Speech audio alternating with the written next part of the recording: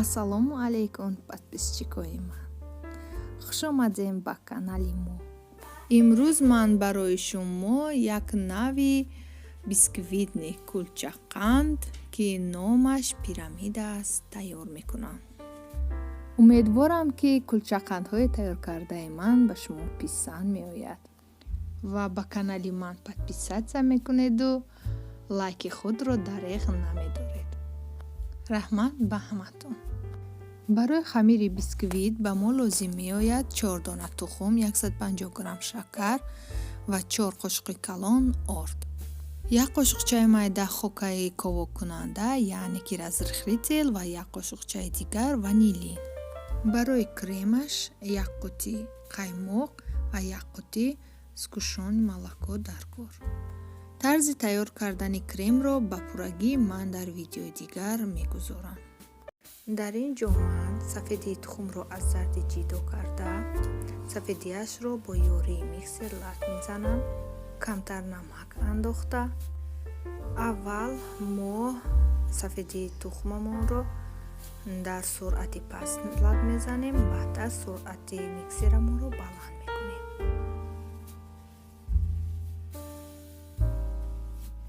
вақте ки мо мехоҳем бисквитимон нағз биёяд, ин вобаста аз тухмҳои мо мебошад. тухмҳои мо бояд ҳарораташон ҳарорати хонагӣ бошад.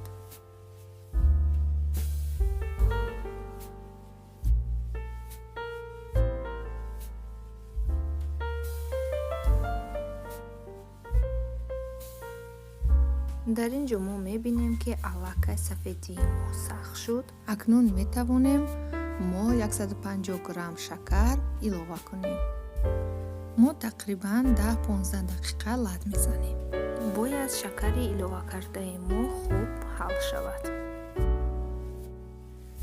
агар хоҳед ки кори мо тезтар ба анҷом расад, метонем мо аз шакари майда истифода барем.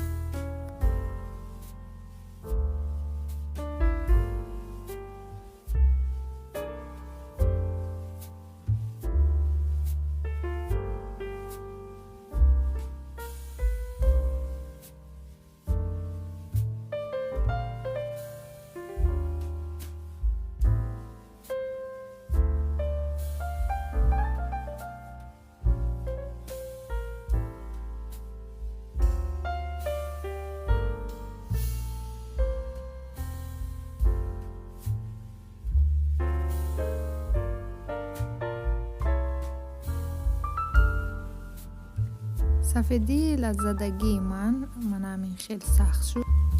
акнун мо метавонем ба яктоги зардии тухмро илова кунем ва 2-3 дақиқаи дигар лат мезанем. мо ин ҳамаи корро бо миксери дастӣ иҷро карда метавонем.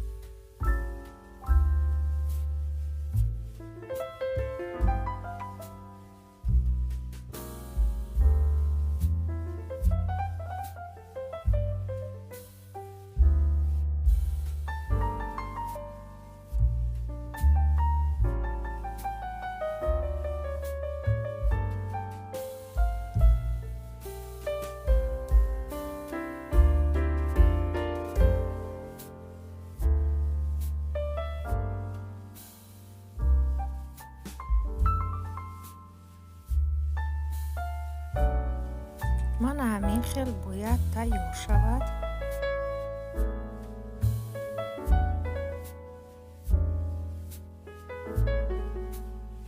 акнун ордро илова мекунем. мо дар ин ҷо 4 дона тухм истифода бурдем ва бояд 4 қошуқи калон орд гирем. 1 қошуқчаи майда разрыхлитель ва 1 қошуқчаи дигар ванилин истифода мебарем. ҳатман дар орд илова мекунем, баъдан аз элакча мегзаронем.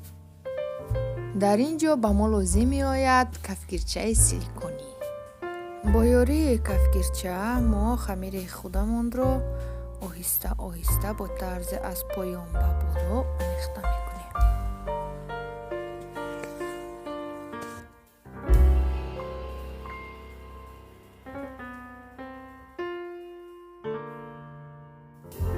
баъди хуб ҳал шудани ордамон мо метавонем дар хамири худ 50 миллиграмм равғани растанӣ илова кунем ва боз оҳиста оҳиста омехта мекунем.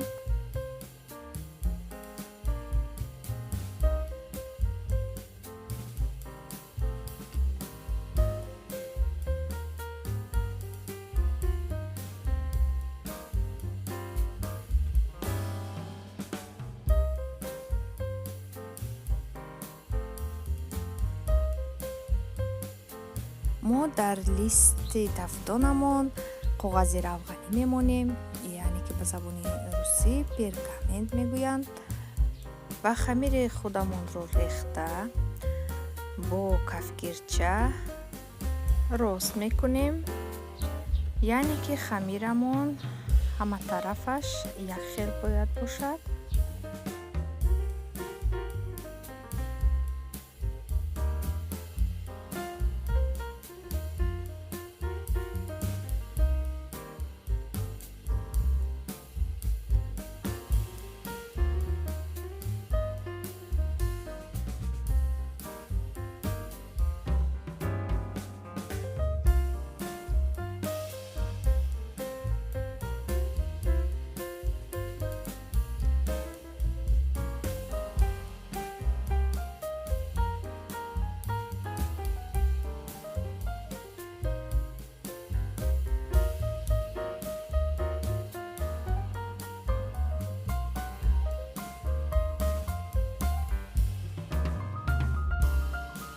акнун хамирамонро дар тафтон мегузорем дар ҳарорати 180 градус ва дар 30-35 дақиқа тамом.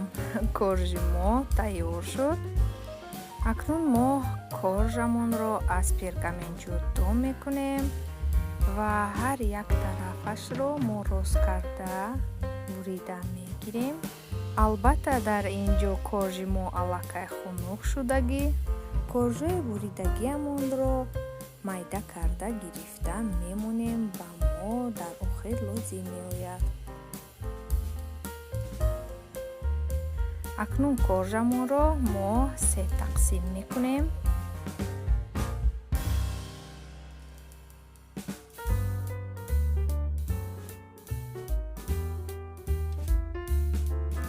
акнун ҳар як коржи тақсим кардаамонро боз 3 тақсим мекунем. коржои мо ба чоркунҷа табдил ёфт. чоркунҷа коржамонро боз ба 3 кунҷа тақсим мекунем.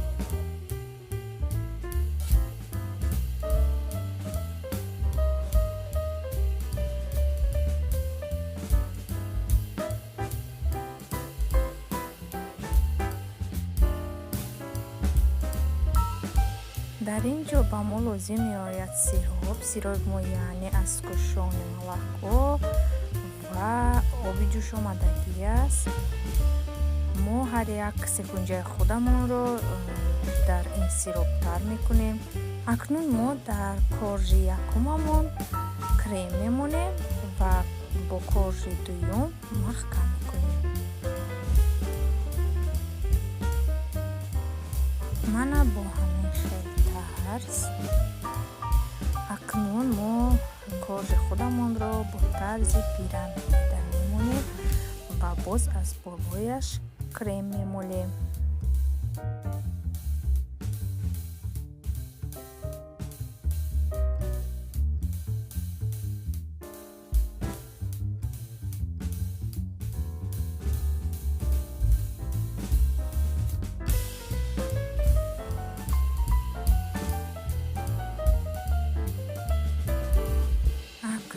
ба болояш мо коржои майда кардагиамонро мепӯшем.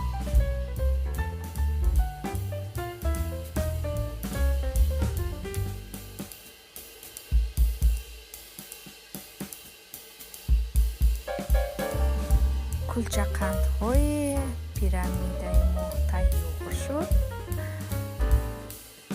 мо метавонем бо хости худ глазур тайёр карда оротим. акнун мо кӯчақандои худамонро 2-3 соат дар ҷои хунукӣ мемонем. Дар ин вақт бисквити мо кремро ба худаш хуб мекашад ва боз ҳам бомаззатар мешавад, мулоим мешавад. баъди чашидани ин кӯчақанд ҳатман мехоҳед ки боз такроран тайёр кунед. ба ҳамаатон иштиёи ширин ва аз ёдатон набаронед ки ба канали ман подписатсия кунед, лайк монед, чунки дар оянда ман рецептҳои нав ба нав мебарорам ва нозукиҳои пухтупазро ба шумо фаҳмонда медиҳам. аз ҳамаи шумо хоҳиш, ман видеоҳои худамро ба забони тоҷикӣ барорам ё ин ки ба забони русӣ. фикри худатонро дар комментария нависед. худо нигаҳбонатон бод.